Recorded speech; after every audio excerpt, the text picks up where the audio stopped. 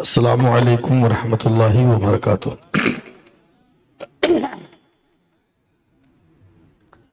الحمد للہ الذی ہدانا سواء الطریق وجعل لنا التوفیق خیر رفیق، والصلاة والسلام علی من ارسلہ ہدا وبالاہتداء حقیق ونورا به الاقتداء يليق، وعلى آله وأصحابه الذين سعدوا في مناهج الصدق بالتصديق وسعدوا في معارج الحق بالتحقيق. أما بعد، فأعوذ بالله من الشيطان الرجيم، بسم الله الرحمن الرحيم. قل إن كان آباؤكم وأبناؤكم وإخوانكم وأزواجكم وعشيرتكم وأموال اقترفتموها وتجارة تخشون كسادها ومساكن ترضونها أحب إليكم من الله ورسوله وجهاد في سبيله فتربصوا حتى يأتي الله بأمره واللہ لا يهدي القوم الفاسقین۔ صدق اللہ مولانا العظیم وصدق رسولہ النبی الامین المتین الکریم، ونحن على ذلك لمن الشاہدین والشاکرین، والحمد للہ رب العالمین۔ کونین میں بلند ہے رتبہ حسین کا، فرش زمین سے عرش تک شہرا حسین کا، بے مثل ہے جہاں میں کنبہ حسین کا، سلطان دو جہاں ہے نانا حسین کا۔ اور استاد زمن اعلیٰ حضرت کے مجلے بھائی علامہ حسن رضا خاں ارشاد فرماتے ہیں، نہ ہو آرام جس بیمار کو سارے زمانے سے، اٹھا لے جائے تھوڑی خاک ان کے آستانے سے، نہ کیوں ان کی طرف اللہ سو پیار سے دیکھے، جو اپنی آنکھیں ملتے ہیں تمہارے آستانے سے۔ بہر مدفن تھوڑی سی جگہ دے دے اپنے کوچے میں، لگا دے میرے پیارے میری مٹی بھی ٹھکانے سے۔ اور مفتی اعظم مرشد اعظم شبیہ غوث اعظم علامہ مولانا مصطفیٰ رضا خاں ارشاد فرماتے ہیں، تو شمع رسالت ہے عالم تیرا پروانہ، تو ماہ نبوت ہے اے جلوہ جانانا، اور سنگے در جانا پہ کرتا ہوں جبی سائی، سجدہ نہ سمجھ نجدی سر دیتا ہوں نذرانہ۔ اور اعلیٰ حضرت عظیم البرکت مجدد دین و ملت قاطع شرک و بدعت امام اہل سنت آیت من آیات اللہ و معجزت من معجزات النبی امام احمد رضا خاں فاضل بریلوی علیہ الرحمت والرضوان ارشاد فرماتے ہیں، ہم بھکاری وہ کریم ان کا خدا ان سے فضول، اور نہ کہنا نہیں عادت رسول اللہ کی، سورج الٹے پاؤں پلٹے چاند اشارے سے ہو چاک، اندھے نجدی دیکھ لے قدرت رسول اللہ کی۔ اور وہ جہنم میں گیا جو ان سے مستغنی ہوا، ہے خلیل اللہ کو حاجت رسول اللہ کی۔ آیت کی روشنی میں کچھ بھی عرض کرنے سے قبل 2-3 حدیث پاک سماعت فرما لیں۔ مجھ سے پہلے آپ نے میری تقریر کا عنوان محبت رسول ہے۔ آیت لمبی ہے اور نہ جانے آپ کیسا محسوس کریں گے، لیکن عادت میری یہ ہے کہ اگر میں لمبی تقریر کرتا ہوں تو اپنے اعتبار سے پہلے نوٹ بناتا ہوں کہ اس کے بعد یہ، اس کے بعد یہ، اس کے بعد یہ، تاکہ عنوان کے تحت تقریر ہو۔ وگرنہ ہوتا کیا ہے کہ مقررین کے ذہن میں عام طور سے مختلف باتیں آتی رہتی ہیں، تو شروع کہیں سے ختم کہیں پہ۔ ابھی تک میری عادت ویسی نہیں ہے۔ درود پاک پڑھے، اللہم صلی علی سیدنا شفیعنا حبیبنا نبینا بارک وسلم صلاۃ و سلام علیک یا رسول اللہ یا حبیب اللہ یا نبی اللہ۔ اناؤنسر صاحب نے کہا کہ وقت بہت ہو گیا ہے، وقت بہت ہو گیا ہے۔ ہو سکتا ہے کہ یہاں کے اعتبار سے وقت بہت ہو گیا ہو، مگر نہ حقیقت یہ ہے کہ ابھی وقت کچھ نہیں ہوا ہے۔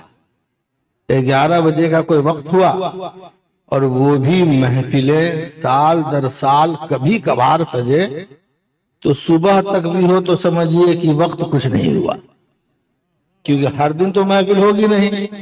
اور میں کوئی اس کا مطلب آپ یہ نہ سمجھے کہ میں بہت لمبی تقریر کروں گا، نہیں، یہ نہیں، لیکن میں آپ کو رغبت دلانے کے لیے کہہ رہا ہوں کہ اگر کبھی کبھار اس طرح کی محفلیں ہو جائے اور آپ کو بیٹھنے کا موقع مل جائے تو خوش طبعی سے، خوش دلی سے بیٹھیے، اس لیے کہ بہت پرانا شعر ہے کہ وہ پرانا شعر جہاں ذکر حبیب ہوتا ہے خود خدا بھی قریب ہوتا ہے، ان کی محفل میں بیٹھنے والا آدمی خوش نصیب ہوتا ہے۔ یہ تو آپ کی خوش نصیبی ہے جو آپ بیٹھے ہیں، لیکن اسی شعر کا نیا ورژن، یہ تو پرانا تھا نا، اس کا نیا ورژن یہ ہے کہ جس انجمن میں ذکر رسالت مآب ہے، جس انجمن میں ذکر رسالت مآب ہے، اس انجمن میں سانس بھی لینا ثواب ہے۔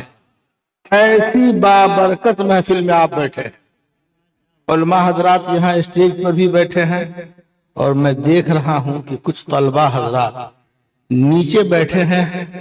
ماشاءاللہ آپ جو اسٹیج پر علماء بیٹھے ہیں ان کے چہرے کی زیارت کرتے رہیے، اور زیارت اور شوق سے آپ کریں، اس لیے ایک حدیث پاک سن لیجیے۔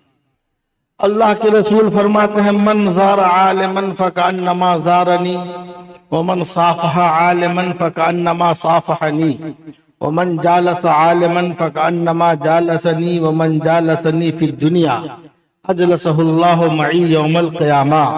سرکار مدینہ ارشاد فرماتے ہیں کہ جس نے کسی عالم کی زیارت کی گویا اس نے میری زیارت کی، ومن صافح عالما فکأنما صافحنی، اور جس نے کسی عالم سے مصافحہ کیا گویا اس نے مجھ سے مصافحہ کیا، ومن جالس عالما فکأنما جالسنی، اور جس نے کسی عالم کی صحبت اختیار کی، جو کسی عالم کی صحبت میں بیٹھا، اجلسہ اللہ معی یوم القیامہ، جب قیامت کا دن آئے گا تو اللہ ایسے شخص کو سرکار مدینہ کی صحبت نصیب فرمائے گا۔ تو اسی نیت سے بیٹھیے۔ ایک دوسری حدیث پاک میں اللہ کے رسول نے فرمایا ان العالم والمتعلم اذا مر على قرية فإن الله تعالى يرفع العذاب عن مقبرة تلك القرية 40 يوما، کہ جب کسی عالم یا متعلم کا گزر کسی محلے کے قبرستان سے ہو جائے تو اللہ اس عالم کے قدم کی برکت سے اس محلے کے قبرستان سے 40 دنوں تک عذابوں کو دور فرما دیتا ہے۔ محفل آپ نے سجائی ہے، آپ سن رہے ہیں، آپ کا تو فائدہ ہو ہی رہا ہے، اتنے علماء یہاں ہیں، اتنے آئے ہیں، اس محفل کے صدقے میں زندوں کا بھی فائدہ ہو رہا ہے، مردوں کا بھی فائدہ ہو رہا ہے۔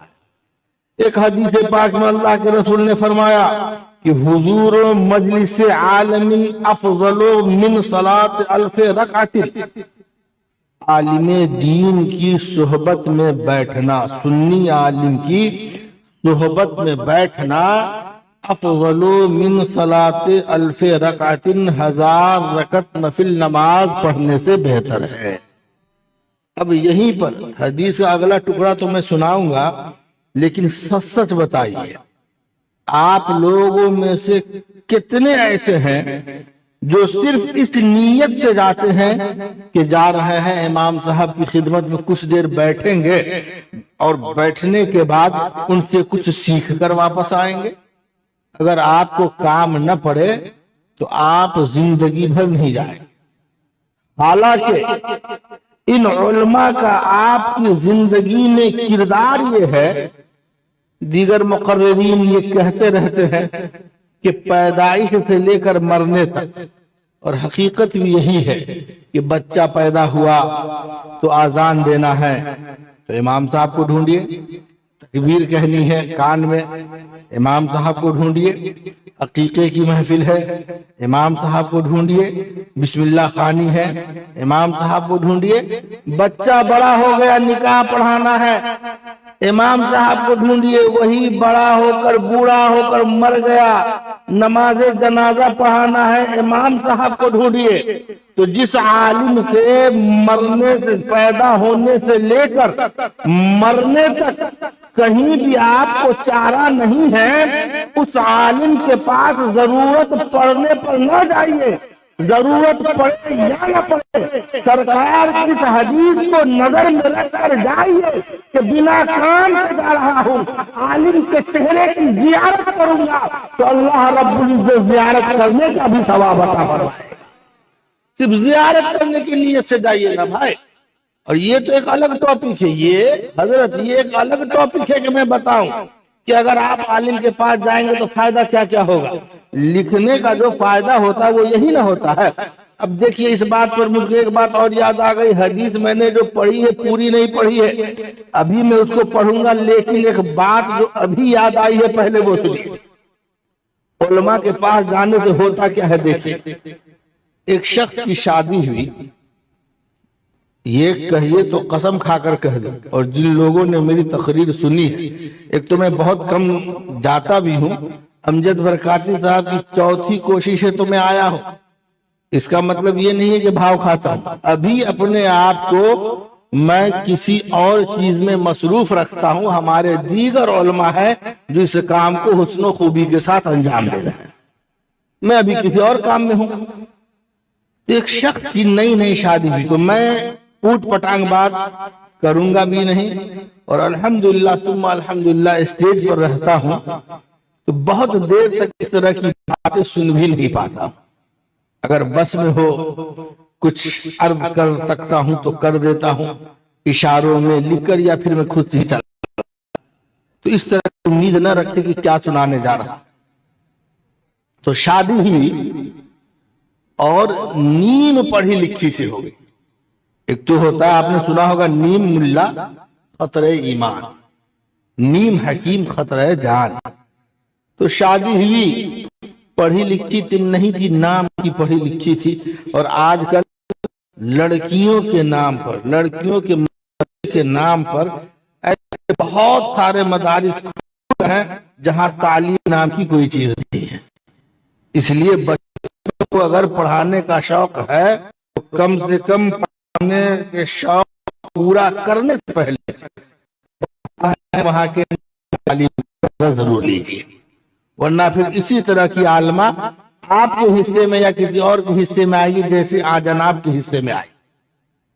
شادی لگ گئی، پتہ چلا کہ لڑکی پڑھی لکھی ہے، کہا دیکھیے کہ شریعت کے مطابق زندگی گزاریں گے۔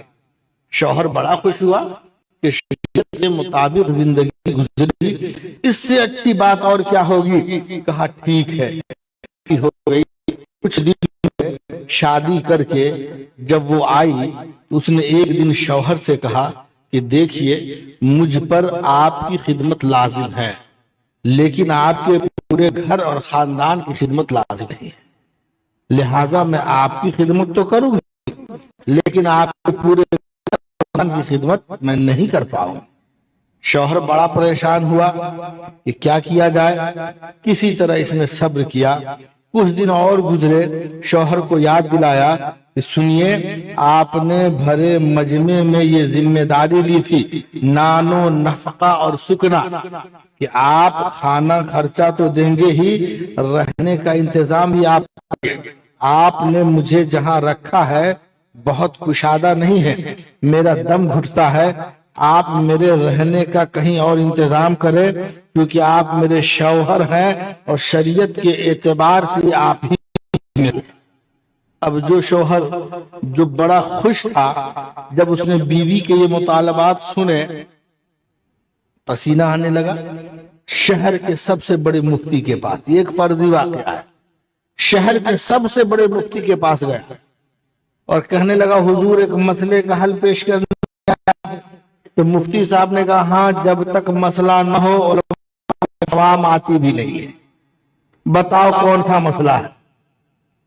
کہا حضور کچھ دنوں پہلے شادی ہوئی تھی اور بیوی نے کہا تھا کہ شریعت کے مطابق زندگی گزاریں گے، اب شریعت کا حوالہ دے دے کر یہ کہیے کہ اس نے ہم پر ظلم و ستم کرنا شروع کر دیا۔ مفتی صاحب نے کہا اس کا مطالبہ کیا ہے؟ شوہر نے بتا دیا کہ یہ مطالبہ ہے۔ مفتی صاحب نے کہا مطالبہ تو ٹھیک ہے۔ عرض کرنے لگا حضور میں آپ سے اس بات کی تصدیق کروانے نہیں آیا ہوں کہ بیوی کا مطالبہ ٹھیک ہے کہ میں آپ سے مسئلے کروانے آیا۔ تو مفتی صاحب نے کہا کہ ٹھیک ہے، اس کا مطالبہ جو ہے کہ وہ صرف تمہاری خدمت کرے گی اور اس گھر میں اس کا دم گھٹتا ہے، کہیں اور رہنا چاہتی ہے تو سنو میں مسئلے کا حل بتا دیتا ہوں۔ اپنے بیوی سے کہہ دینا کہ ٹھیک ہے تم صرف میری خدمت کرنا، اس گھر میں تمہارا دم گھٹتا ہے تو میں تمہارے رہنے کے لیے الگ گھر کا انتظام کر دیتا ہوں، لیکن شریعت نے مرد کو بیک وقت 4 شادیوں کی اجازت دی ہے۔ میں دوسری شادی کرنے جا رہا ہوں، وہ بیوی آئے گی تو گھر والوں کی خدمت بھی کرے گی، اسی گھر میں میرے ساتھ بھی رہے گی، جاؤ تمہارے جو بھی مطالبات ہیں میں سب کو منظور کرتا ہوں۔ اور جیسے ہی بیوی سے یہ بات کہی، چالاک تھی، اس نے فوراً پیترا بدلا اور کہنے لگی کہ میں تو آپ کو چیک کر رہی تھی کہ آپ مذاق پسند فرماتے ہیں یا نہیں فرماتے۔ اب مجھ کو یہ پتا لگ گیا کہ آپ کو مذاق پسند نہیں ہے، لہذا اب میں آپ سے مذاق نہیں کیا کروں۔ محترم سامعین، میں کہنا چاہتا ہوں کہ یہ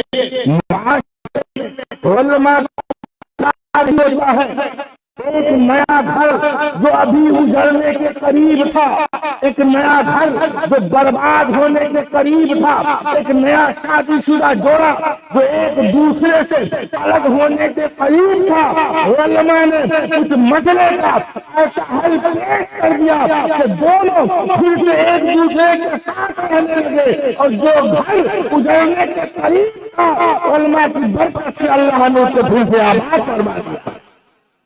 تو علماء کے قریب جائیں گے تب نا، جب تک نہیں جائیں گے، سن لیجئے، جب تک نہیں جائیں گے چاہے جتنے آباد ہو جائے آپ اپنے اعتبار سے مکمل آباد نہیں ہو پائیں گے۔ اور بسا اوقات ہم نے یہ دیکھا، یہاں تو نیپال میں زیادہ رہتا نہیں ہوں لیکن یہاں کا ماحول تو ایسا نہیں ہے، یا ہوگا مجھے کیا معلوم۔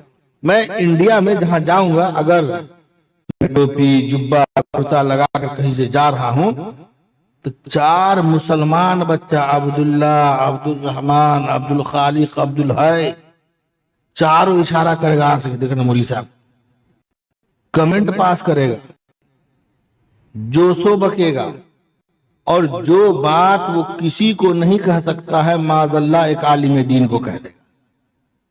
ایک عام آدمی کسی چائے والے کو نہیں کہہ سکتا ہے، جو بات کسی گاڑی والے کو نہیں کہہ سکتا ہے، جو بات اپنے گھر اور سماج کے کسی فرد کو نہیں کہہ سکتا ہے، اس کے اندر اتنی جرت ہے کہ وہ بات اپنے مدرسے کے استاد کو وہ کہتا ہے، وہی بات اپنے مسجد کے امام کو وہ کہتا ہے، اور اپنے آپ کو قابل سمجھتا ہے۔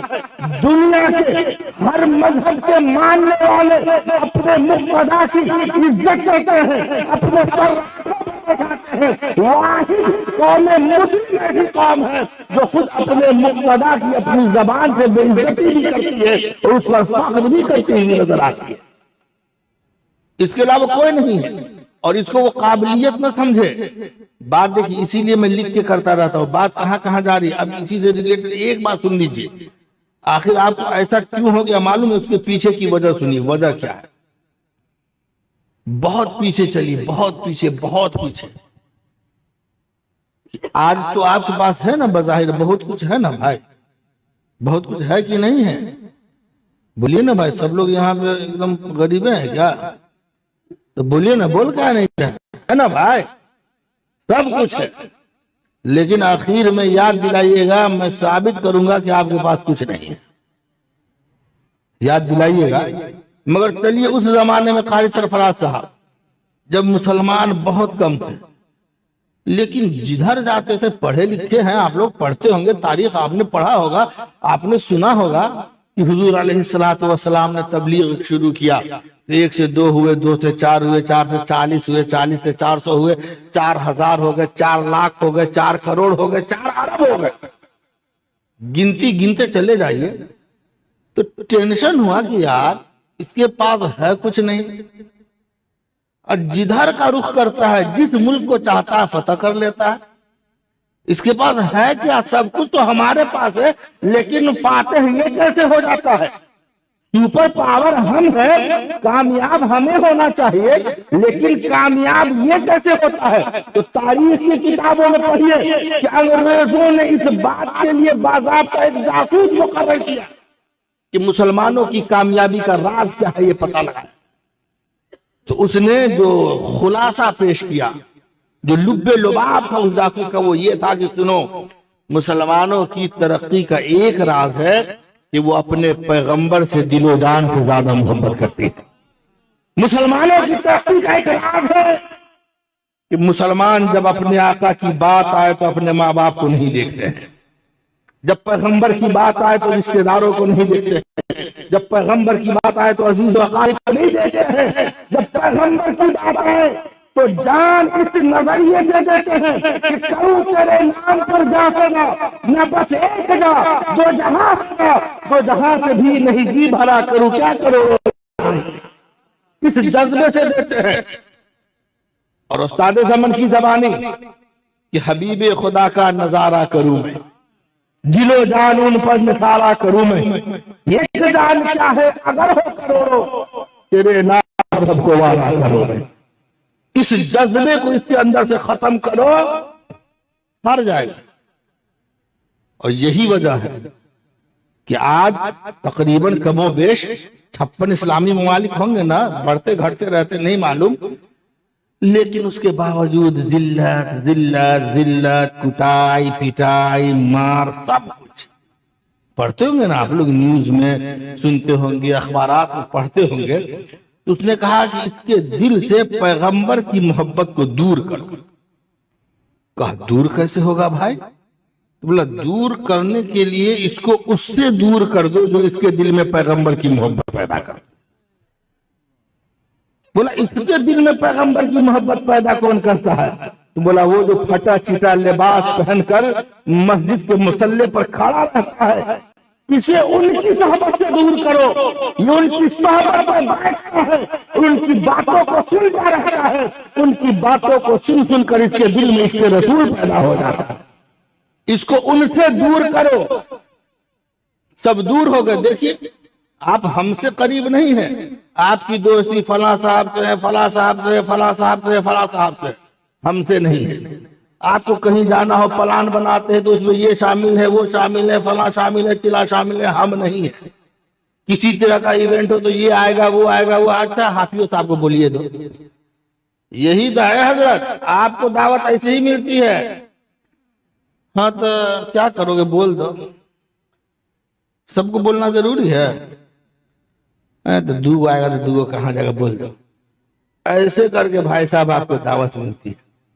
ارے یار ہم تمہارے سروں کے تاج ہیں، علماء کو سروں کا تاج بناؤ، علماء کو آنکھوں کا سرما بناؤ، علماء کے قدموں کی خاک کو اپنے ماتھوں کا دھاگا بناؤ، ان کی خدمت میں جا کر ان کے دعائیں لو، پھر دیکھو اللہ کوئی عزت تمہیں پھر سے واپس عطا فرما دے گا۔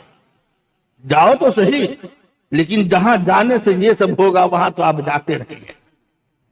جائیے، کہیے آج سے انشاءاللہ علماء کی خدمت میں جائیں گے کہ نہیں جائیں گے؟ کام سے کہ بنا کام کے؟ ہے نا بنا کام کے؟ کام رہے چاہے رہ جائیے۔ اچھا ہر جگہ، اچھا دوسری بات یہ ہے کہ اگر مسلم قوم ایسی رہتی کہ کام ہی سے ہر جگہ جاتی تب نا، مسلمان کا بچہ بلا وجہ جتنا گھومتا ہے اتنا تو کسی قوم کا بچہ نہیں گھومتا ہے۔ بھائی کیا کر رہے ہو یہاں پر؟ بس من کیا تھا آ گئے۔ ارے کام کیا تھا؟ کام نہیں ہے بس، ارے کام نہیں ہے بس آ گئے۔ دیگر قومیں کیسے سال آگے کا پلان بنا رہی ہے کہ 26 میں یہ کرنا ہے، 27 میں یہ کرنا ہے، 28 میں یہ کرنا ہے، 29 میں یہ کرنا ہے۔ اب مسلمان کا بچہ کل کیا کرنا ہے یہ بھی نہیں معلوم ہے۔ بہتوں جو کل کہاں جاؤ گے؟ سو کے اٹھتے ہیں تو سوچیں گے، اور سو کے جب تک اٹھے گا سوچنے کا ٹائم نہیں ملے گا، کیونکہ اٹھے گا تو ظہر ہو چکا ہوگا، کھانا اتنا کھا لے گا کہ پھر سست آ جائے گا، پھر مغرب تک سو جائے گا، اور پھر پلان کل کے لیے۔ تو بنا کام کے جگہ جگہ بواتے ہیں تو اچھا لگتا ہے؟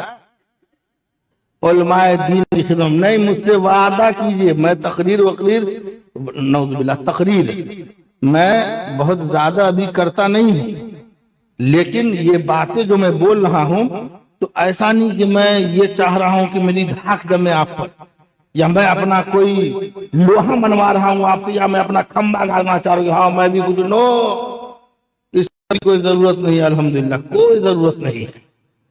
میں جو بھی کہہ رہا ہوں اسی دل سے کہہ رہا ہوں کہ آپ وعدہ کیجئے کہ آپ علماء کی خدمت میں آئیے گا، بلا وجہ بھی آتے جاتے رہیے۔ اور نوجوانوں سن لو، جو ہوش میں ہوگا وہ تو سنیوں لے گا، اب جو گوٹی کھا کے بیٹھا ہوگا وہ تو سمجھو نہیں کرے گا۔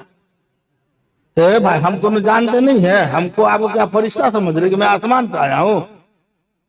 لا حول ولا قوت الا باللہ، میں آپ ہی کے درمیان کا رہنے والا آدمی ہوں۔ یہ جو 4 وہ لڑکا اٹھ کے کبھی کبھار مجلس سے چلا جاتا ہے تو آپ کیا سمجھتے کیوں چلا گیا؟ باہر کسی کا ایکسیڈنٹ ہو گیا اس کی جان بچانے گیا ہے؟ گھر پہ کوئی آخری حالت میں اس کو بچانے گیا ہے؟ ارے بھائی بہت دیر ہو گیا سونگے ہوئے، بے چین ہو گیا، جائے سونگ کے پھر آئے گا، سونگنے گیا ہے بھائی۔ مسلم قوم کو سب سے زیادہ اس نشہ خورانی نے تباہ کیا، سب سے زیادہ۔ اتنا بڑکا بچہ، اتنا بڑکا، میں تو اتنا بہت زیادہ وہ دے، اتنے چھوٹکا کو دیکھا، وہ بھی نشہ کرتا ہے، وہ بھی نہ جانے کیا ٹیبلٹ کھاتا ہے، کوریکس پیتا ہے، اور جو وائٹنر ہوتا ہے وہ۔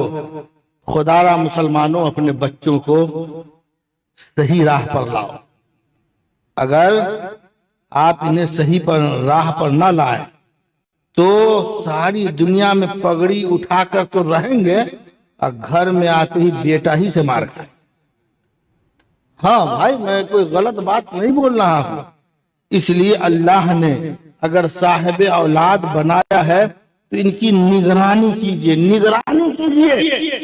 اور اگر اللہ توفیق دے تو بیٹے کو ڈاکٹر، انجینئر، پروفیسر، لیکچرار جو بھی بنانا ہو بنائیے، مگر کم سے کم ایک بیٹا کو عالم دین ضرور بنائیے، اس لیے کہ آپ جب مر کر دنیا سے رخصت ہو جائیں گے، آپ قبر میں رہیں گے، آپ کا بیٹا اس زمین پر رہے گا، جب آپ کا بیٹا اس دنیا میں نیکی کرے گا اللہ آپ کے بیٹے کو بھی ثواب عطا فرمائے گا، اور قبر میں آپ کو بھی ثواب عطا فرمائے گا۔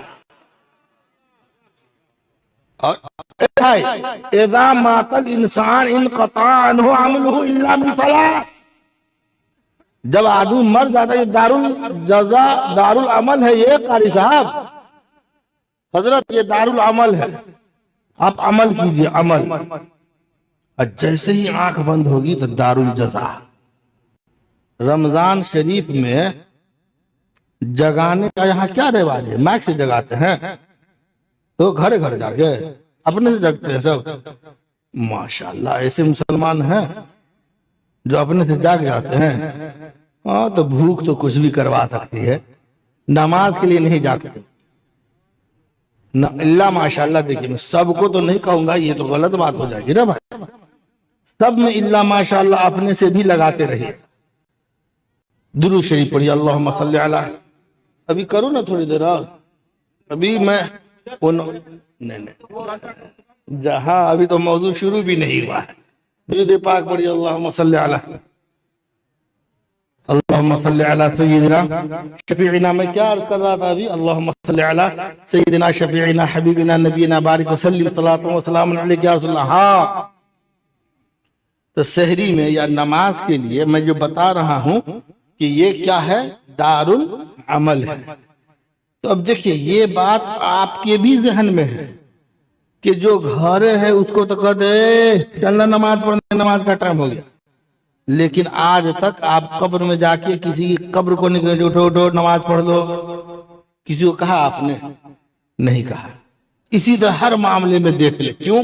کیونکہ آپ بھی لاشعوری طور پر یہ جانتے ہیں کہ اب عمل وہ نہیں کریں گے، میں کروں گا۔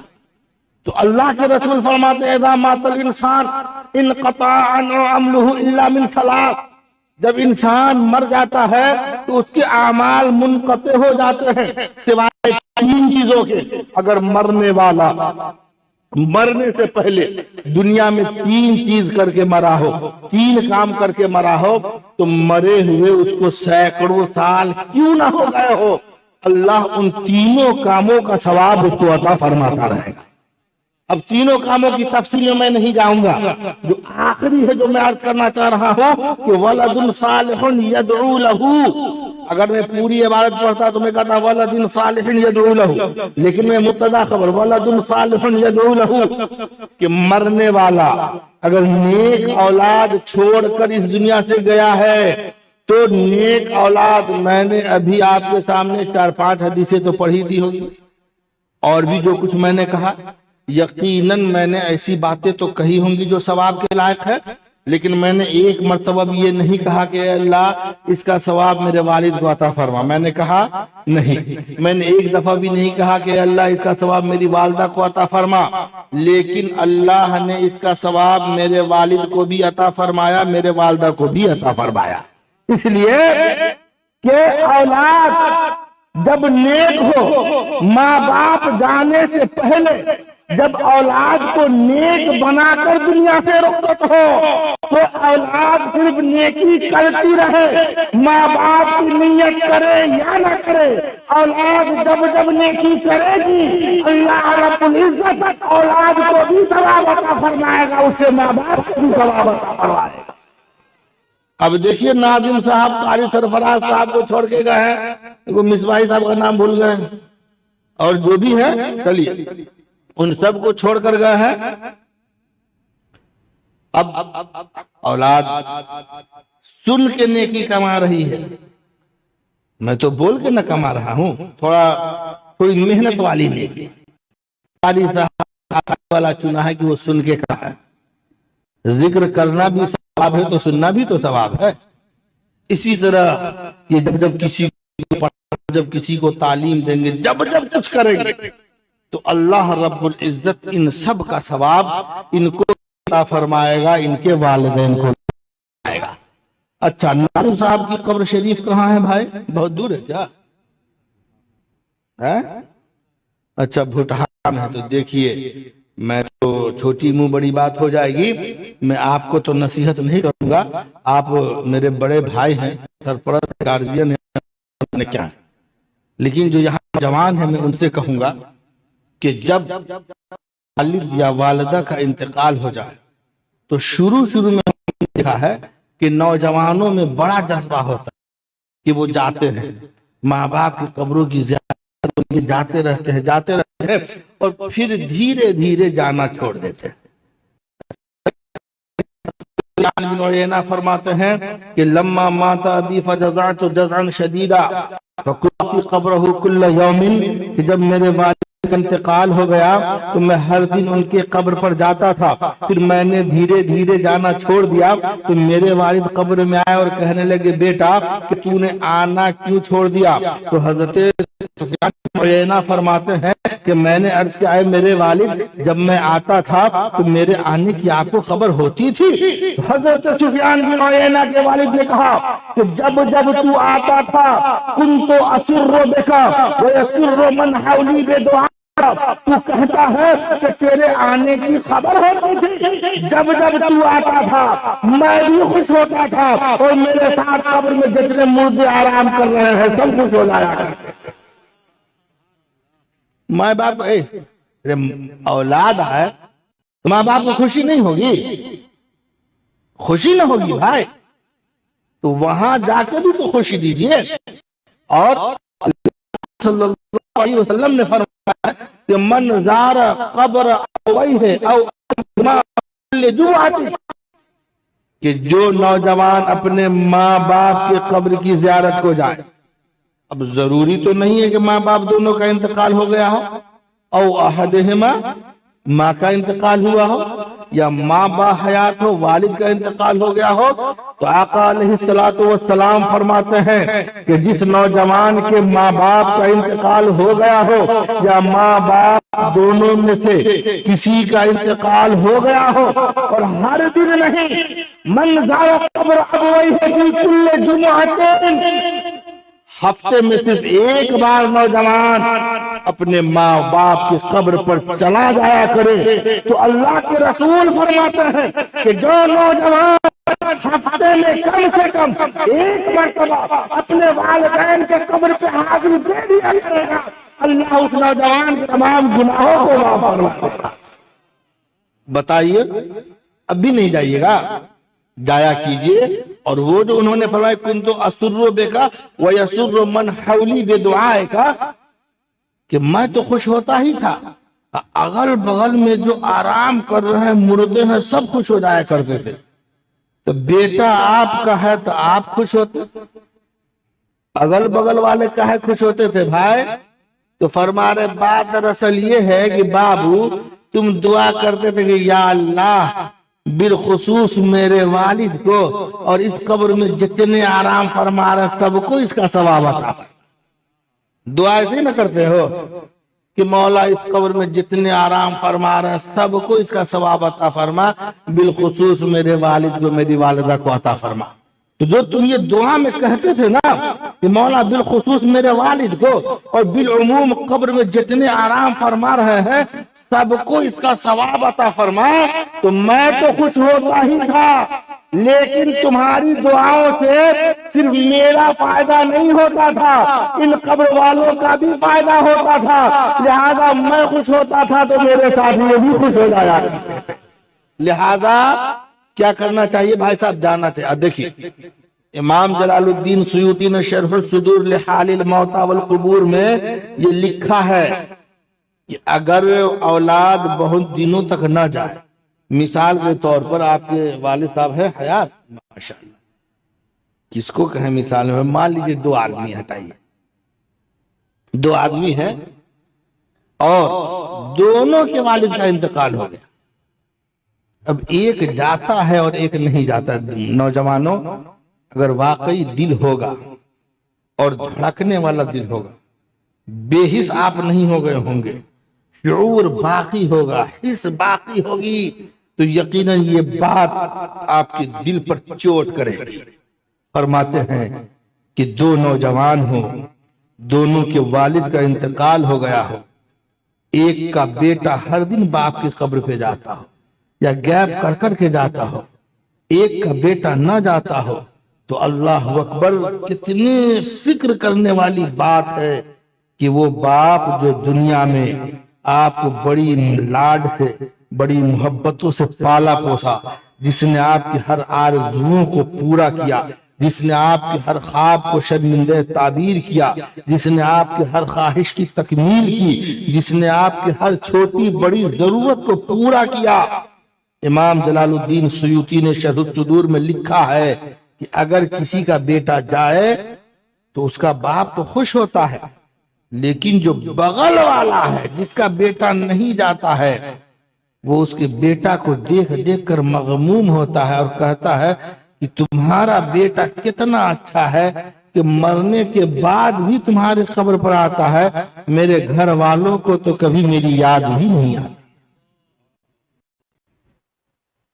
اب آپ کا یہی کام رہ گیا ہے کہ ماں باپ کو قبر میں یہ میرے لیے اتنا ایسا عنوان تقریر کروں گا تو میں تقریر نہیں کر پاؤں، کیونکہ میں اس احساس سے یہ بات بیان کرتا ہوں کہ میں کروں گا تو پھر اس کے بعد میں تقریر ختم کروں گا. لیکن چونکہ مجھے تو ابھی تقریر فجر تک کرنی ہے نا، دیکھتا ہوں سنتے کون کون ہے، اسی لیے تو میں عنوان پر جا ہی نہیں رہا ہوں. عنوان پر جانے کے بعد قاری صاحب 2 گھنٹہ لگے گا. ابھی عنوان پر گیا کہ حضور و مجلس عالمین افضل من صلاة الف رکعت و شہودت الف جناز و عیادت الف مریض. اس کا ترجمہ اور تشریح ابھی کروں گا، ابھی پلٹ کے وہاں نہ جانا ہے مجھ کو، لیکن اس سے پہلے میں نوجوانوں کو احساس دلا رہا ہوں تقریر کا مطلب کیا ہوا. یہی نہ مطلب ہوا بھائی کہ آپ کے اندر کچھ احساس پیدا ہو جائے، آپ اللہ اور رسول کے تابعدار ہو جائیں، آپ اپنے ماں باپ کے فرما بردار ہو جائیں، آپ بڑوں کا احترام کرنے لگے، چھوٹوں پر شفقت کرنے لگے. تقریر کا اور کیا مطلب ہوا؟ مفتی امام الدین صاحب نے بڑی پرمغز اور بڑی ہی شاندار تقریر فرمائی. ہر جملہ یقیناً ایسا تھا کہ اگر اس پر عمل کر لیا جائے تو انسان کی زندگی کامیاب ہو سکتی ہے. لیکن ہم کو سننے سے فرصت ملے تب نہ، سنتے ہی ہم بہت زیادہ ہیں. لہذا سننے کے ساتھ ساتھ اللہ رب العزت ہم سب کو اس پر عمل کرنے کی بھی توفیق عطا فرمائے. اب سنیے جو میں نے حدیث پڑھی تھی، اب مجھ کو ادھر آنا پڑے گا. اللہ کے رسول صلی اللہ علیہ وسلم نے فرمایا کہ حضور و مجلس عالم افضل من صلاة الف رکعت. عالم کی صحبت میں بیٹھنا 1000 رکعت نفل نماز پڑھنے سے بہتر ہے. وشہودت الف جنازہ، 1000 نماز جنازہ میں شامل ہونے سے بہتر ہے.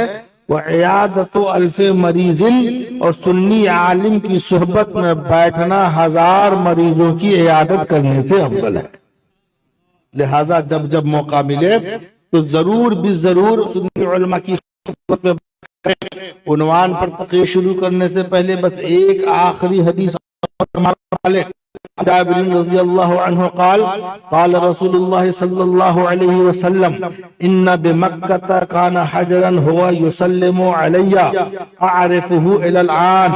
سرکار مدینہ فرماتے ہیں اے جابر، مکہ میں ایک پتھر تھا، جب جب میں اس پتھر کے پاس سے گزرتا تھا تو وہ پتھر مجھ پر درود و سلام کا نذرانہ پیش کیا کرتا تھا. جب جب میں اس پتھر کے پاس سے گزرتا تھا تو کہتا تھا یا نبی سلام علیکہ، یا نبی سلام علیکہ. اور اتنا ہی نہیں، آگے فرماتے ہیں عارفہ الی الان، اے جابر اس پتھر کو میں اب تک پہچانتا ہوں.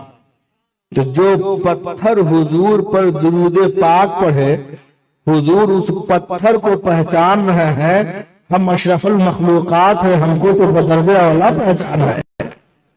اب وہ پتھر کون تھا؟ جو ہمارے آقا پر درود و سلام پڑھتا تھا.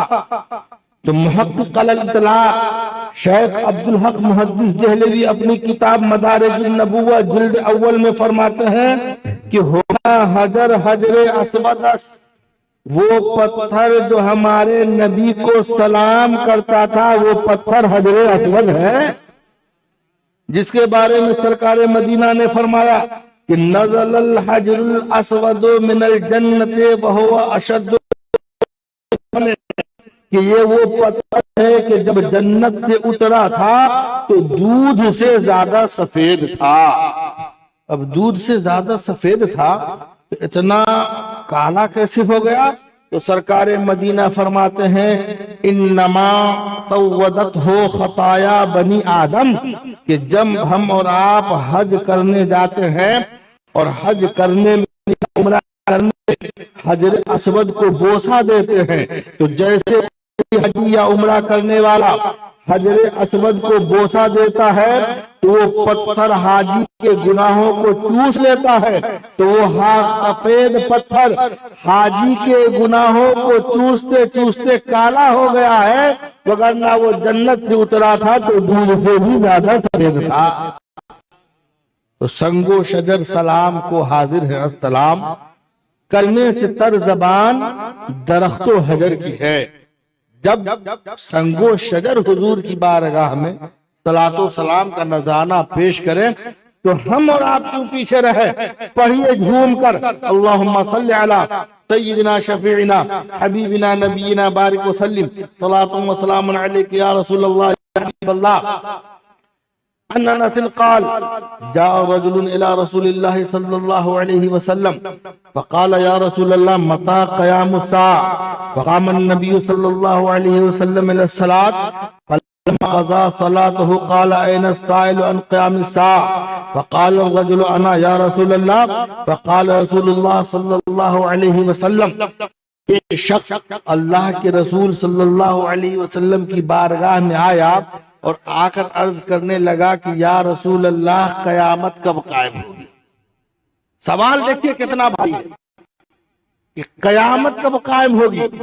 تو اللہ کے رسول صلی اللہ علیہ وسلم نماز کے لیے تشریف لے جا رہے تھے، جب آپ نماز پوری کر لی تو فرمایا این السائل عن قیام الساعہ، کہ جو قیامت قائم ہونے کے بارے میں پوچھ رہا تھا وہ سائل ہے کہاں؟ فقال الرجل انا یا رسول اللہ، تو شخص نے عرض کیا اللہ کے رسول میں ہی تھا جو پوچھ رہا تھا کہ قیامت کب قائم ہوگی۔ فقال النبی صلی اللہ علیہ وسلم ما اعددت لها، قیامت کے بارے میں صرف پوچھنے سے کام نہیں چلے گا، یہ بتاؤ کہ تم نے قیامت کی تیاریاں کیا کیا کی۔ تو اللہ اکبر، اس شخص نے کہا ما اعددت لها کبیر صلاة ولا صیام ولكن انی احب اللہ ورسولہ۔ اللہ کے رسول نے فرمایا کہ قیامت کے بارے میں سوال تو کر رہے ہو، لیکن یہ بتاؤ کہ تم نے قیامت کی تیاری کیا کی ہے، کیا کیا تم نے تیاری کر لی ہے تو قیامت کے بارے میں سوال کر رہے ہو۔ اس نے جواب دیا کہ اللہ کے رسول میرے پاس نمازیں زیادہ نہیں ہیں، روزے نہیں ہیں، لیکن ایک عمل ایسا ہے جس کی قبولیت مجھے یقین ہے، وہ عمل یہ ہے کہ انی احب اللہ ورسولہ، کہ میں اللہ سے محبت کرتا ہوں، رسول اللہ سے محبت کرتا ہوں، میں اللہ اور رسول سے محبت کرتا ہوں۔ تو آگے تو سنیے، فقال النبی صلی اللہ علیہ وسلم المرء مع من احب وانت مع من احبب، کہ انسان میں کہتا ہوں کہ علماء سے محبت کیجئے، اپنے بزرگوں سے محبت کیجئے، صالحین سے محبت کیجئے، اولیاء کاملین سے محبت کیجئے، بزرگان دین سے محبت کیجئے، سلف صالحین سے محبت کیجئے، ائمہ دین سے محبت کیجئے، اور پیغمبر سے محبت کیجئے۔ اس کے پیچھے کی وجہ یہ ہے کہ اللہ کے رسول نے فرمایا المرء مع من احب، قیامت میں انسان اسی کے ساتھ رہے گا جس سے وہ محبت کرتا ہے۔ وَأَنْتَ مَعَ مَنْ أَحْبَبْتَ، جو سوال کیا تھا اس سے اللہ کے رسول نے فرمایا کہ سنو، تم بھی قیامت میں اسی کے ساتھ رہو گے جس سے تم محبت کرتے ہو۔ صحابی رسول کو سرکار علیہ السلام سے زیادہ محبت بھلا کس سے ہوگی؟ تو راوی فرماتے ہیں فما رأیت فرح المسلمون بعد الاسلام فرحهم بهذا، جب اللہ کے رسول نے فرمایا کہ اے صحابی سنو، اگر تم جس سے محبت کرتے ہو تو قیامت میں میرے ساتھ رہو گے، تو راوی فرماتے ہیں کہ اسلام لانے کے بعد میں نے صحابہ کرام کو کبھی اتنا خوش نہیں دیکھا جتنا میں نے اس دن خوش دیکھا نے یہ فرمایا کہ اگر تم دنیا میں مجھ سے محبت ہو تو قیامت میں میرے ساتھ رہو گے۔ یہ صحابہ کرام کا جذبہ تھا۔ اب سنیے صحابہ کرام کے یہ کہنے کا مطلب ہرگز نہیں تھا کہ میرے پاس نماز نہیں ہے، روزے نہیں ہیں، حج و زکوٰۃ یا دیگر اعمال نہیں ہے، بلکہ ان کے کہنے کا مطلب یہ تھا کہ اللہ کے رسول نمازیں پڑھتا ہوں، روزے رکھتا ہوں، نیکیاں کرتا ہوں، لیکن ان سب پر ناز نہیں ہے، بلکہ شاعر کی زبانی کہ نہ طاعت پر، نہ تقوی پر، نہ زہد و اتقا پر ہے، ہمارا ناز جو کچھ ہے محمد مصطفیٰ پر ہے۔ تو دنیا میں جو جس سے محبت کرتا ہے، اور دیکھیے حضرت قاری صاحب بخاری شریف میں حضرت عمر رضی اللہ عنہ سے ایک روایت ہے کہ ان رجلا علی عہد النبی صلی اللہ علیہ وسلم، دیوانوں کا حال دیکھیے، کان اسمہ عبداللہ، کہ حضور کے زمانے میں ایک شخص تھا جس کا نام تھا عبداللہ، وکان یلقب حمارا، اس کا لقب تھا حمار۔ کام کیا تمام میں کام سنیے گا، کام ایسا کام اللہ اکبر، آہا، وہی تو دیوانے کی نظروں کو جہاں دیکھ رہا ہے، دیوانہ نہ جانے کہاں دیکھ رہا ہے، اور دیوانے کو دیوانہ نہ کہو، دیوانہ بھی کچھ سوچ کے دیوانہ بنا۔ وَكَانَ يُضْحِكُ النَّبِيَّ صلی اللہ علیہ وسلم، چونکہ حضور کی بارگاہ میں خود آتے رہتے تھے اور بھی دیگر معاملات رہتے تھے، پھر کار نبوت ہے، تبلیغ ہے، جب وہ دیکھتا تھا کہ حضور علیہ السلام نڈھال ہوگا، چہرے پر پزمردگی آ گئی ہے، تو وہ کچھ ایسی بات بول دیتا تھا جس سے حضور کے چہرے پر اسی انتظار میں حضور کی خدمت میں بیٹھا رہتا تھا، اسی انتظار میں، یہی اس کی محبت تھی کہ جب دیکھتا تھا کہ حضور کے چہرے پر ذرا پزمردگی ہے، ذرا تھکاوٹ کے آثار ہے، تو ایسی کوئی بات بول دیتا تھا جس سے حضور مسکرانے لگتے تھے۔ اور حضور کی مسکراہٹ کی بات تو وہ استاد زمن یا اعلیٰ حضرت کا جن کا بھی شعر ہے، جس کی تسکین سے روتے ہوئے ہنس پڑے، اس تبسم کی عادت پہ لاکھوں سلام، اور ایک جھلک دیکھنے کی تاب نہیں عالم کو، وہ اگر جلوہ کرے کون تماشائی ہو۔ وَكَانَ يُضْحِكُ النَّبِيَّ صلی اللہ علیہ وسلم، اس کا کام ہی یہی تھا کہ وہ نبی صلی اللہ علیہ وسلم کو ہنسایا کرتا تھا۔ وَكَانَ رسول اللہ صلی اللہ علیہ وسلم قد جلدہ فی الشراب، ہنساتا تو تھا لیکن ایک بری عادت بھی تھی اس کے اندر، شراب نوشی کی۔ تو اللہ کے رسول صلی اللہ علیہ وسلم نے ایک مرتبہ اس کو شراب نوشی کے جرم میں کوڑا مارا۔ فَأُتِيَ بِهِ يَوْمًا، ایک دن اور اس کو لایا گیا، فَأَمَرَ بِهِ، حضور نے پھر کوڑا مارنے کا حکم دیا، فَجُلِدَ، پھر اسے کوڑا مارا گیا۔ فَقَالَ رَجُلٌ مِّنَ الْقَوْمِ اللَّهُمَّ لَعَنْهُ مَا كَانَ مَا يُؤْتَى بِهِ، اے اللہ اس پر لعنت فرما، ایک ہی جرم میں بار بار سزا پاتا ہے، بار بار اسی جرم کا ارتکاب کرتا ہے، بار بار سزا پاتا ہے۔ تو جب اللہ کے رسول نے یہ سنا تو فرمایا لا تلعنوه واللہ ما علمت انہ یحب اللہ ورسولہ، جب کسی نے کہا کہ اللہ اس پر لعنت فرما تو اللہ کے رسول نے فرمایا کہ سنو، اس پر لعنت نہ کرو، یہ گنہگار ضرور ہے لیکن انہ یحب اللہ ورسولہ، وہ اللہ سے بھی محبت کرتا ہے، رسول اللہ سے بھی محبت کرتا ہے، اور جو رسول اللہ سے محبت کرے اس پر لعنت نہیں کی جا سکتی ہے۔ جو مسلمان ہو، صاحب ایمان ہو، اس پر لعنت نہیں کی جا سکتی ہے۔ جس کا کفر پر مرنا یقینی ہو اس پر لعنت کی جا سکتی ہے، اور اگر کرنا ہو تو آپ وصف پر لعنت کر سکتے ہیں، جیسے لعنت اللہ علی الکاذبین، جھوٹوں پر اللہ کی لعنت ہو۔ تو ایسے ایسے لوگ تھے جو آقا علیہ السلام کی بارگاہ میں حاضر رہا کرتے تھے۔ محبت کے ایسے ایسے واقعات ہیں، میں عام طور پہ تقریر 40-45 منٹ کرتا ہوں، مگر کیونکہ آپ کو 11:30 بجے ختم کرنا ہے، اور آج ہی اگر پوری سنیے گا 1-2 سال بعد نہیں بلائیے گا پھر۔ یہ آخری، آج آپ کا آخری دن ہے یا میرا آخری دن؟ انشاءاللہ نہ آپ کا ہے نہ میرا ہے، کیونکہ زیادہ لمبی تقریر کرنے کا میں عادی نہیں ہوں۔ 1 گھنٹہ میں نے کیا آپ کی محبت میں، ورنہ میں تو 40 منٹ کرنے والا۔ 1 گھنٹہ ہوا کہ نہیں ہوا؟ حضرت زید بن حارثہ رضی اللہ عنہ کے محبت بھرا واقعہ سناؤں گا، اس کے بعد انشاءاللہ تھوڑی سی چاشنی باقی رہنی چاہیے، تڑپ، تھوڑی سی پیاس باقی رہنی چاہیے۔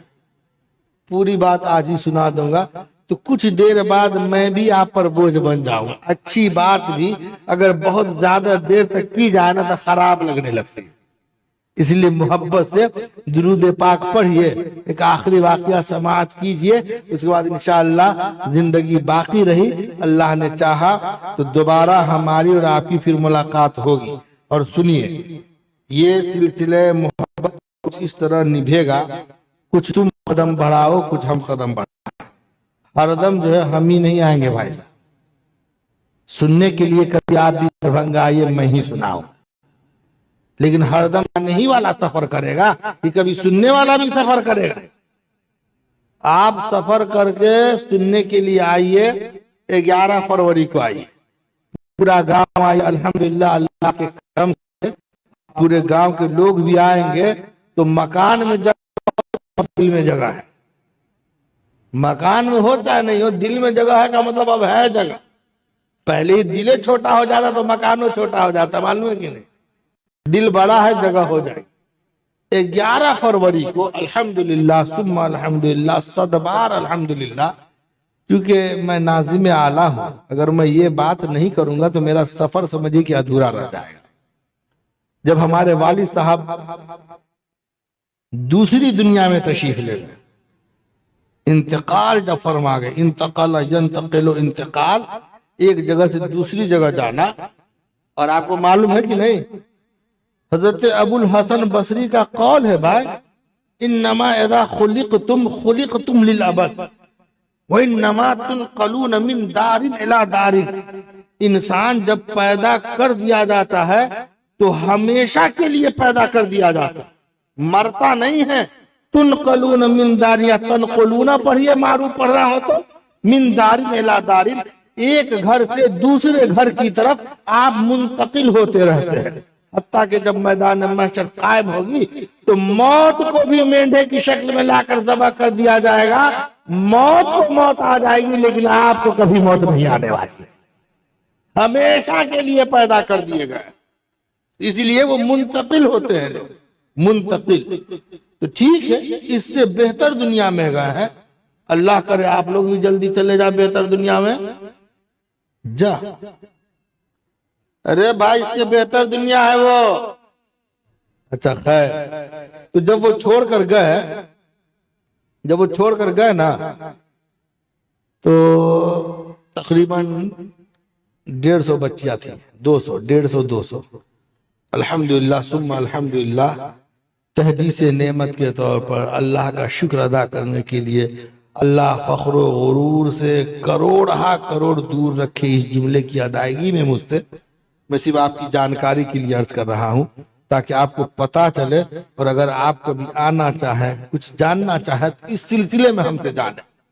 اس بار الحمدللہ 29 بچیوں کی دستار ہے، 29 بچیوں کی بھائی۔ دستار کا لفظ تو آپ ہلکے میں لے لیے، مطلب بخاری پڑھ لی، مسلم پڑھ لی، ترمذی پڑھ لی، نسائی پڑھ لی، ابو داؤد پڑھ لی، اس سے پہلے جائیے گا تو ریاض الصالحین پڑھ لی، مشکات المصابیح پڑھ لی، اس سے پہلے جائیے گا تو 300 پارہ قرآن ترجمہ تفسیر کے ساتھ پڑھ لی، فقہ کی معتبر کتابیں پڑھ لی، اصول کی معتبر کتابیں پڑھ لی، عربی ادب کی معتبر کتابیں پڑھ لی۔ ان سب کے پڑھنے کے بعد ان کی دستار ہے۔ اب تھوڑا دستار بھاری ہوا نا، ورنہ آپ سمجھتے کہ دستار ہے کا مطلب ہے کہ ہاں نہیں بھائی، ردا پوشی اس کو کہتے ہیں۔ آپ لوگوں میں تو کون ایسا بتائیے تو، بس خالی ہم ہی آئیں گے، ارادہ تو کیجئے، کہیے آئیے انشاءاللہ، خالی آئیے، ہاں انشاءاللہ آئیے، اور ہمارے نظام تعلیم کا جائزہ لیجئے، نصاب کا جائزہ لیجئے، اور آپ کو یہ جان کر بے انتہا خوشی ہوگی کہ ہمارے یہاں سے فارغ شدہ طالبات آپ کے ملک نیپال میں بھی پڑھا رہی ہیں، بہار میں بھی پڑھا رہی ہے، اور پہلے یو پی سے ہم معلمات کو بلاتے تھے، اللہ نے وہ دن دکھایا ہے کہ اب ہم یو پی معلمات کو بھیج رہے ہیں کہ جاؤ وہاں پڑھا کے آؤ۔ تو آپ حضرات 11 فروری کو ضرور بھی ضرور تشریف لائیے۔ ختم بخاری شریف، اس محفل کے بارے میں علماء اہل سنت فرماتے ہیں کہ اس محفل میں کی جانے والی دعائیں قبول ہوتی ہے، اور ہندوستان کے سب سے بڑے مفتی میرے نزدیک، حالانکہ میں کون سا بڑا ترم کھاؤں کہ میں نے کہہ دیا میرے نزدیک، ہندوستان کے بہت بڑے مفتی نظام الدین صاحب قبلہ ختم بخاری کے لیے تشریف لائے ہیں، سب کے استاد بھی ہے۔ اب آپ آئیں گے وہاں دعا کیجئے گا، انشاءاللہ اس محفل کی برکت سے اللہ آپ کے تمام رکے ہوئے کاموں کو پائے تکمیل پر پہنچا دے۔ چلیے پڑھیے درود شریف، آخری واقعہ سنا کر اپنی تقریر ختم۔ اللہم صلی علی سیدنا شفیعنا حبیبنا نبینا بارک وسلم، صلاۃ و سلام علیک یا رسول اللہ یا حبیب اللہ یا نبی اللہ۔ اچھا سنیے حضرت، یہ حضرت زید بن حارثہ رضی اللہ عنہ کا واقعہ سنانے سے پہلے ایک مختصر سی حدیث سنیے۔ اس حدیث شریف کو قاضی عیاض نے شفا شریف میں نقل کیا کہ حضرت علی رضی اللہ عنہ سے پوچھا گیا کہ کیف کان حبکم لرسول اللہ، اے علی یہ بتاؤ کہ صحابہ کرام کی جماعت حضور سے کتنی محبت کرتی، اور یہ میں اس لیے نہیں سنا کہ مجھے یاد ہے، اس لیے کہا ہوں کہ حضرت علی کا صرف نعرہ نہ لگے بلکہ حضرت علی کی اس سنت پہ آپ کا عمل بھی ہو جائے۔ کیف کان حبکم لرسول اللہ، اے علی یہ بتاؤ کہ حضور سے کتنی محبت تھی صحابہ کو، تو حضرت علی نے فرمایا کان واللہ احب الینا۔ اب دیکھیں قسم کھا کے حضرت علی بولے، ارے ہم قسم کھائیں تو بات معتبر ہو جائے، حضرت علی قسم کھا رہا ہے کان واللہ احب الینا من اموالنا و اولادنا و آبائنا و امہاتنا ومن الماء البارد علی الظمآ۔ پوچھتے ہو کہ حضور سے کتنی محبت تھی، سنو حضور سے ہم اپنے مال آل اولاد بیوی بچوں سب سے زیادہ حضور سے محبت کرتے تھے۔ ومن الماء البارد علی الظمآ، اور سخت پیاسے کو ٹھنڈے پانی سے جتنی محبت ہوتی ہے ہم لوگوں کو حضور سے کہیں اس سے بڑھ کر محبت ہے۔ ایسی محبت ہے نہیں ہے تو کیجئے پیدا بھائی، اس لیے کہ محمد کی محبت دین حق کی شرط اول ہے، اسی لیے ہو اگر خامی تو سب کچھ نامکمل ہے۔ محمد ہے متاع عالم ایجاد سے پیارا، پدر مادر برادر مال و جاں اولاد سے پیارا۔ کامل مومن بننا ہے تو خود اللہ کے رسول نے فرمایا لا یؤمن احدکم حتی اکون احب علیہ من والدہ وولدہ والناس اجمعین، کہ تم میں سے کوئی اس وقت تک کامل مومن ہو ہی نہیں سکتا جب تک کہ اپنے ماں باپ آل و اولاد سے بڑھ کر مجھ سے محبت نہ کرنے لگے۔ اس لیے ماں باپ کی محبت قابل قبول، بھائی بہنوں کی محبت قابل قبول، رشتہ داروں عزیزوں اقارب کی محبت قابل قبول، مگر ان سب محبت کا گرو، ان سب محبت کا استاد محبت رسول۔ محبت رسول کی بات آئے ماں باپ کی محبت محبت رسول کی بات آئے عزیز و اقارب کی محبت نہیں۔ جہاں جہاں دو محبتوں میں محبت رسول کو غلبہ دیجیے، اللہ آپ کو غلبہ عطا فرمائے۔ جہاں جہاں دو محبتوں میں ٹکراؤ ہو جائے، جہاں جہاں فیصلہ کہ کیا کریں، محبت رسول کو اپنائیے، انشاءاللہ آپ دنیا میں بھی کامیاب آخرت میں بھی کامیاب۔ حضرت زید بن حارثہ رضی اللہ عنہ کا واقعہ سنیے۔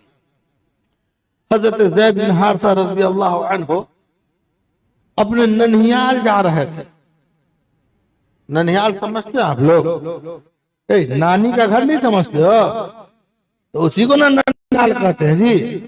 اپنے ننہیال جا رہے تھے، راستے میں ناگہانی مصیبت کا شکار ہو گئے، قافلے کو بنو قیس نے لوٹ لیا اور حضرت زید بن حارثہ رضی اللہ عنہ کو غلام بنا کر بیچ دیا، اور ان کو خریدا کون؟ حکیم بن حزام نے، اور خرید کر اپنی پھوپھی سیدہ خدیجۃ الکبریٰ رضی اللہ عنہا کی خدمت میں پیش کر دیا۔ حضرت سیدہ خدیجۃ الکبریٰ رضی اللہ عنہا کو جب حضور سے نکاح کا اعزاز حاصل ہوا تو سیدہ خدیجۃ الکبریٰ رضی اللہ عنہا نے حضرت زید بن حارثہ کو حضور کی خدمت میں پیش کر دیا۔ قربان جاؤں میں حضرت زید بن حارثہ کی قسمت پر ایسے قافلے بار بار لٹنے چاہیے اور لٹ جائے، اس قافلے کے لٹنے کے بعد کسی کو سرکار کا دامن نصیب ہوتا ہو۔ لوٹے کہاں گئے حضور کی خدمت پر۔ گھر والوں کو پتا چلا کہ قافلہ لٹ گیا ہے، ماں باپ بہت پریشان ہوئے۔ ماں باپ کو یہ بھی خبر نہیں کہ پتہ نہیں بیٹا زندہ ہے کہ مر گیا۔ ایک سال لوگ حج کرنے گئے، دیکھا حضرت زید بن حارثہ تو زندہ ہے۔ بیٹا ماں باپ تمہارے لیے بہت پریشان ہے، گھر والوں کی حالت بہت خراب ہے، آگاہ کیا۔ ادھر جا کے حضرت زید بن حارثہ رضی اللہ عنہ کے گھر پر بتا دیا کہ رونا دھونا بند کیجئے، بیٹا زندہ ہے۔ اب جیسے باپ سن اونٹ پر لادا حضور کی بارگاہ میں پہنچا اور پہنچ کر کیا کہتا ہے، آپ قریب بھی ہے، مجھے امید ہے کہ آپ ایک باپ کو اس کے بیٹے سے جدا نہیں کریں گے، ایک بیٹے کو اس کے باپ کی شفقت سے محروم نہیں رکھیں گے۔ آپ فدیہ لے لیں۔ اور حضرت زید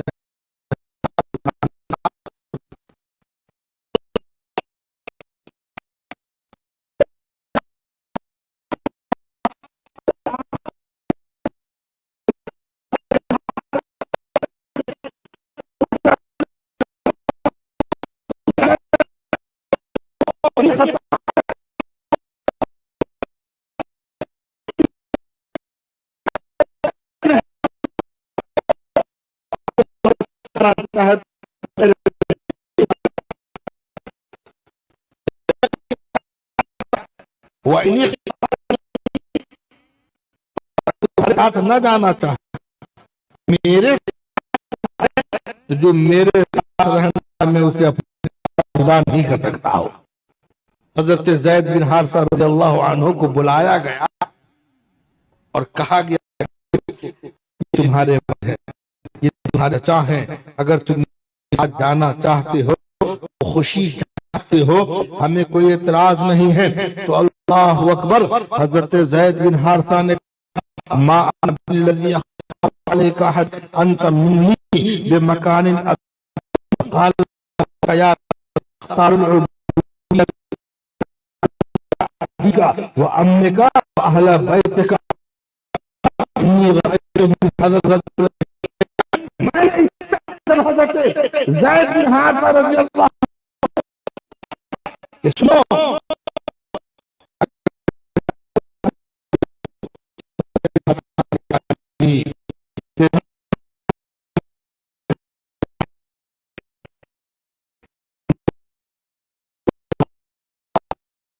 پلے غیر کی ٹوکر پہ نہ ڈال، جھڑکیاں کھائیں کہاں چھوڑ کے صدقہ تیرا۔ حضرت زید بن حارثہ نے کہا نہیں، ما انا بالذی اختار علیک احدا، اے اللہ کے رسول میں آپ کے ہوتے ہوئے کسی کو اختیار کر ہی نہیں سکتا ہوں۔